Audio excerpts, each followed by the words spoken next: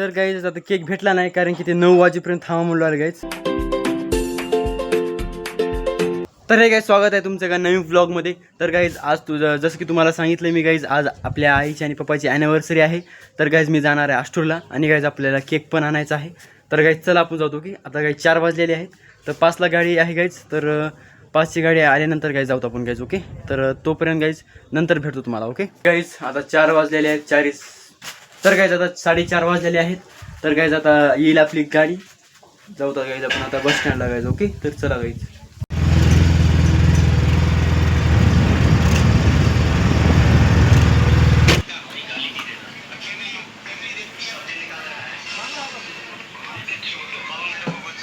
तर गाईज आता केकचा विषय गाईज क्लोज झाला कारण की गाईज चालू नाही.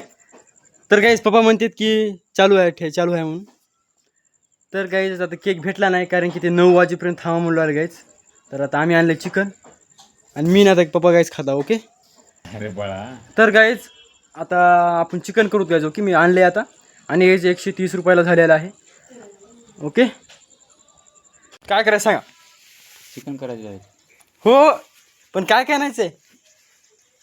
सुहाना, अंबारा, डाळगो, खोबरं. 100 डाळगो, खोबरं, अंबारा. तर गाईज आता आपण मसाला होता आणि तुम्हाला चांगला माझा फेस दिसत नसेल कारण की अंधार आहे आणि गाईज टॉर्चला जास्त आपले हे नाही.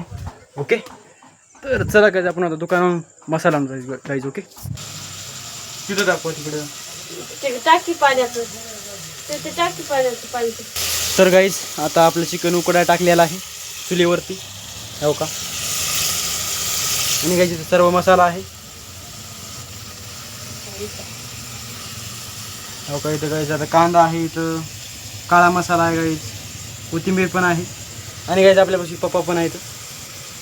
तर गाईज आता आपलं चिकन तयार होत आहे गाईज. आणि गाईज आज आष्टूरला गेलो मी केक आणण्यासाठी कारण की गाईज पप्पाचा आणि आईचा वाढदिवस होता म्हणजे ॲनिव्हर्सरी गाईज.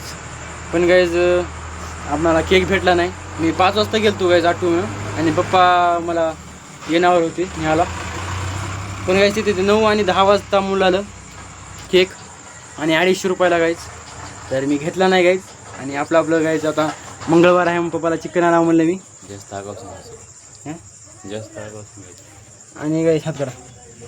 आणि गाईज आता इथं आपलं सगळं मसाला आहे आणि सिंपल आणि साधा गाईज आपलं. तर गाईज आता आपण जाळव गाईज आता हे पकत आहे झाकून ठेवत गाईज गाईज कारण की आज मी आणत नव्हतो गाईज कारण की आज आईची आणि पप्पाची ॲनिव्हर्सरी आहे म्हणून पप्पाला गिफ्ट जरासं द्यावं म्हणलं मी.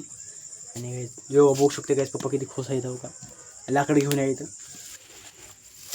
आता गाईज काय आणलं ते झालं का बघा.